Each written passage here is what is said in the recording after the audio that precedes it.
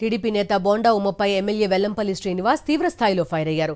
బుడమేరు మధ్యకట్ట ప్రాంత అభివృద్ధిని బోండా ఉమ్మ పూర్తిగా విస్మరించారని మండిపడ్డారు. బోండా ఉమ్మను బుడమేరు మధ్యకట్ట ప్రజలు అసహ్యించుకుంటున్నారని, ప్రతి గుమ్మంలో బోండా ఉమ్మకు నిరసన సెగ కనిపిస్తోందన్నారు. రాష్ట్రాన్ని అన్ని రకాలుగా అభివృద్ధి చేస్తున్న సీఎం జగన్ను గెలిపించుకునేందుకు ప్రజలు సిద్ధంగా ఉన్నారన్నారు వెల్లంపల్లి.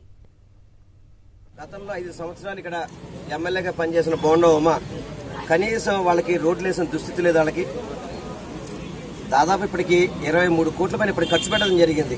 ఇంకా మళ్ళీ శాంక్షన్స్ ఉన్నాయి, ఇంకా చేస్తాము.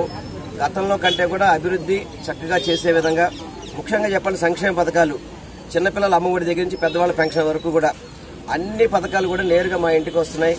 జగనన్న చక్కటి పరిపాలన చేస్తారని చెప్పని ప్రతి ఒక్కళ్ళు ఆశీర్వదించి మళ్ళీ జగనన్నే వస్తాడు, జగన్మోహన్ రెడ్డి గారినే గెలిపించుకుని ముఖ్యమంత్రి చేయాలని చెప్పని ప్రతి ఒక్కళ్ళ నోట కూడా వచ్చే మాట ఇదే. చంద్రబాబు వస్తే ఇల్లు తీసేస్తాడేమో, బోండా ఉమ్మ వస్తే ఈ స్థలాలు కబ్జా చేస్తాడేమో అని చెప్పని ప్రజలందరూ కూడా భయపడుతున్నారు. వాళ్ళు ఒకటే చెప్తారు, వాళ్ళని పొరపాటును కూడా మేము గెలిపించుకోం, మేము గెలిపించేది జగనన్నే అని చెప్పని ప్రతి ఒక్కళ్ళు కూడా చెప్తుంటే చాలా సంతోషంగా ఉంది.